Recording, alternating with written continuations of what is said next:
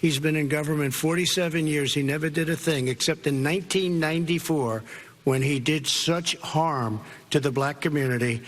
And they were called, and he called them super predators. And he said that. He said it, super predators.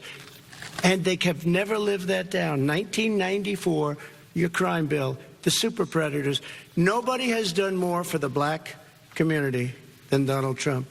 And if you look, with the exception of Abraham Lincoln, possible exception, but the exception of Abraham Lincoln, nobody has done what I've done. Criminal justice reform. Obama and Joe didn't do it. I don't even think they tried because they had no chance at doing it.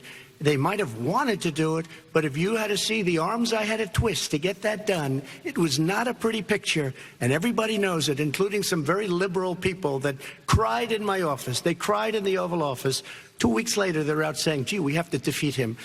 Criminal justice reform, prison reform, opportunity zones with Tim Scott, a great senator from South Carolina. He came in with this incredible idea for opportunity zones. It's one of the most successful programs. People don't talk about it.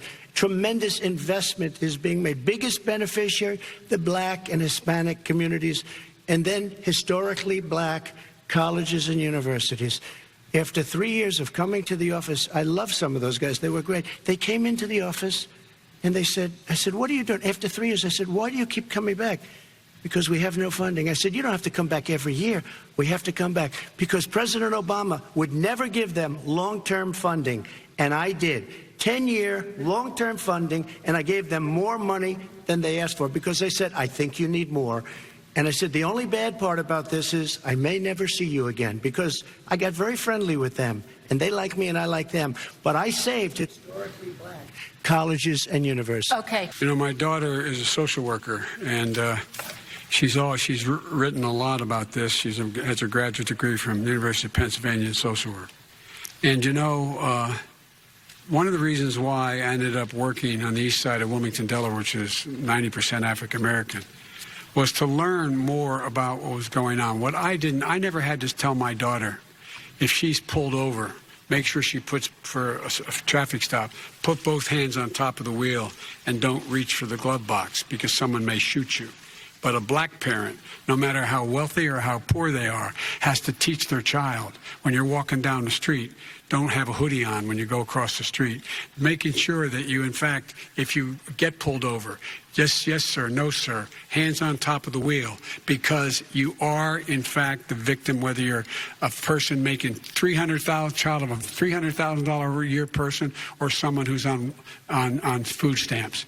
The fact of the matter is there is institutional racism in America.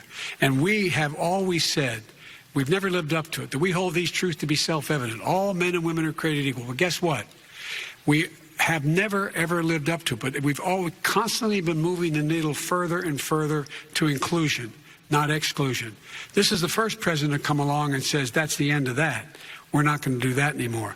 We have to provide for economic opportunity, better education, better health care, better access to schooling, better access to opportunity to borrow money to start businesses. All the things we can do, and I've laid out a clear plan as to how to do those things, just to give people a shot. It's about accumulating the ability to have wealth as well as it is to be free from violence.